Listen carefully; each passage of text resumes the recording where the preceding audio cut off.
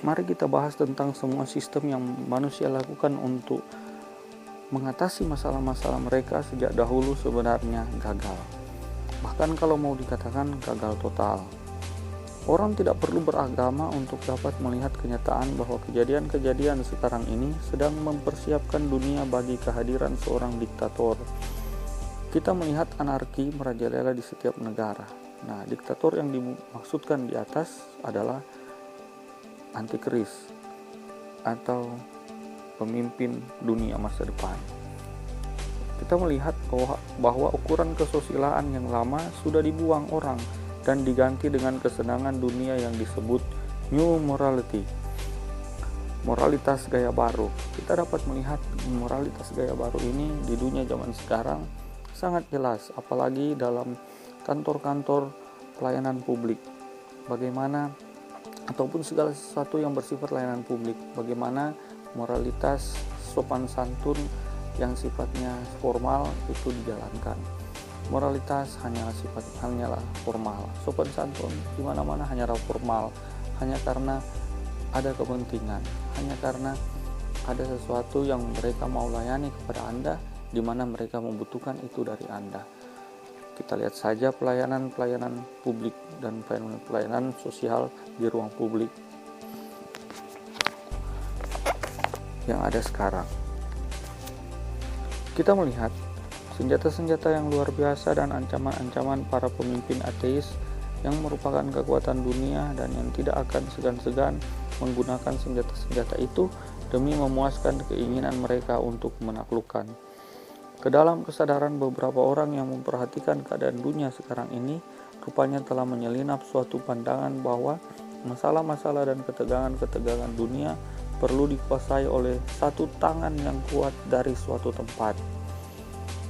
Perhatikan kata-kata ini, satu tangan yang kuat dari suatu tempat, merujuk kepada dia, diktator masa depan yang benar-benar memiliki otoritas, kuasa, yang benar-benar kredibel di bidang masa depan, di bidang komputerisasi dunia, ekonomi global, kemampuan dan pengetahuan yang luar biasa yang dia miliki.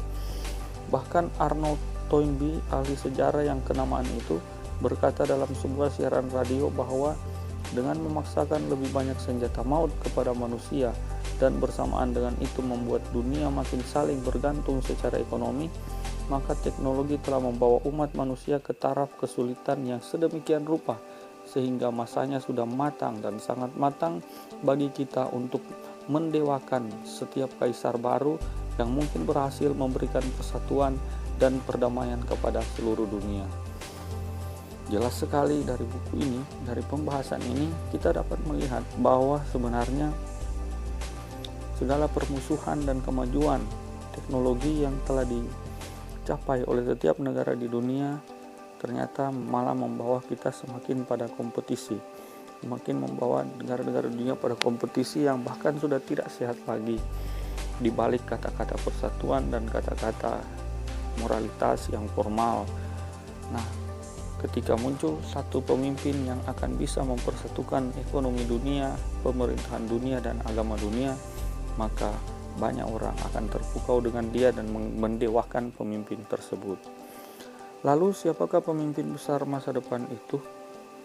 Masanya sudah matang dan makin matang bagi diktator besar yang akan kita sebut pemimpin besar masa depan atau presiden masa depan dari New Age Order atau dunia zaman baru. Inilah dia yang dengan jelas dinubuatkan dalam Alkitab dan disebut sebagai Antikristus. Alkitab memberikan gambaran yang lengkap mengenai riwayat hidup pemimpin dunia masa depan ini. Jika Anda menelaah ayat-ayat Alkitab dari kitab Wahyu tanpa dirisaukan oleh gaya bahasa yang dipakai, Anda akan melihat bahwa Alkitab menjelaskan artinya. Dan ia tinggal berdiri di pantai laut. Lalu aku melihat seekor binatang keluar dari dalam laut, bertanduk 10 dan berkepala 7. Di atas tanduk-tanduknya terdapat 10 mahkota dan kepalanya tertulis nama-nama hujat. Binatang yang kulihat itu serupa dengan macan tutul dan kakinya seperti kaki beruang dan mulutnya seperti mulut singa. Dan naga itu memberikan kepadanya kekuatannya dan tahtanya dan kekuasaannya yang besar. Ini tertera dalam Wahyu 12 ayat 18, Wahyu 13 ayat 1 dan 2. Mungkin bagi Anda gambaran ini kedengarannya bukan mengenai seorang manusia, tetapi lanjutkanlah pembacaan Anda dan lihatlah bagaimana misteri itu diungkapkan. Wahyu melanjutkan dengan gambaran ini. Maka tampaklah kepadaku satu dari kepala-kepalanya seperti kena luka yang membahayakan hidupnya. Perhatikan baik-baik kata seperti dalam ungkapan di atas. Tapi luka yang membahayakan hidupnya itu sembuh. Seluruh dunia heran, lalu mengikut binatang itu.